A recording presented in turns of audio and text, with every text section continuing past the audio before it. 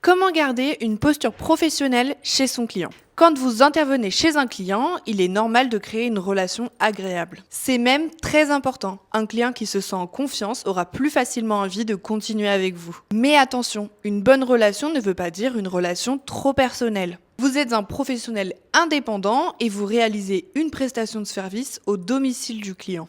Il est donc important de garder un cadre clair dès le début.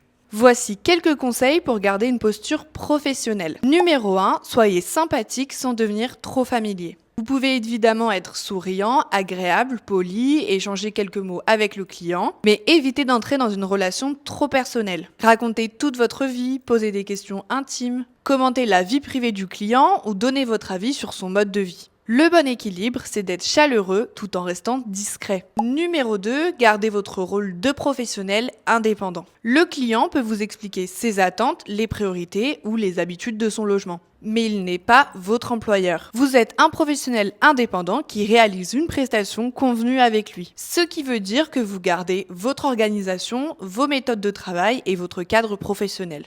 Par exemple, vous n'êtes pas obligé d'être disponible à toute heure pour répondre à des messages tardifs, à des appels personnels ou bien à des demandes hors cadre. Vous pouvez être réactif, oui, mais vous devez préserver vos limites. Numéro 3, ne rendez pas de service gratuit en dehors de la prestation. Vous êtes là pour réaliser une prestation réservée sur un temps prévu. Si le client vous demande une tâche supplémentaire, vous pouvez accepter si vous le souhaitez, mais il faut que ce soit clair.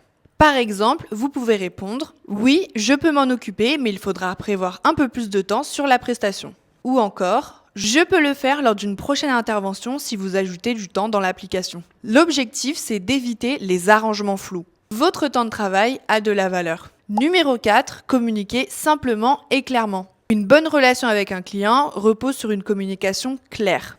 Il ne faut pas dire oui à tout uniquement pour faire plaisir au client. Si une demande n'est pas possible, si le temps prévu est insuffisant ou si une tâche sort du cadre habituel, dites-le calmement. Par exemple, vous pouvez lui dire « Je préfère vous le dire tout de suite, avec le temps prévu aujourd'hui, je ne pourrai pas tout faire correctement. Je peux prioriser certaines tâches avec vous. C'est beaucoup plus professionnel que de tout vouloir faire trop vite et de créer de la déception. » Numéro 5, ne mélangez pas le professionnel et le personnel. Pour vous protéger et protéger le client, gardez les échanges dans un cadre clair. Évitez les paiements en dehors de la plateforme, les arrangements non déclarés, les échanges d'argent informels ou les demandes personnelles qui n'ont rien à voir avec la prestation. Même si le client est sympathique, le cadre reste important. Numéro 6, créez de la confiance sans proximité excessive. Le client vous ouvre les portes de son domicile. C'est un espace privé, parfois intime. Votre posture doit donc être professionnelle. Discrétion, respect, ponctualité, soins apportés au logement et absence de jugement. Évitez les remarques sur l'état du logement, la décoration, la famille, l'organisation ou les habitudes du client. Votre rôle est d'apporter un service de qualité, pas de commenter son quotidien.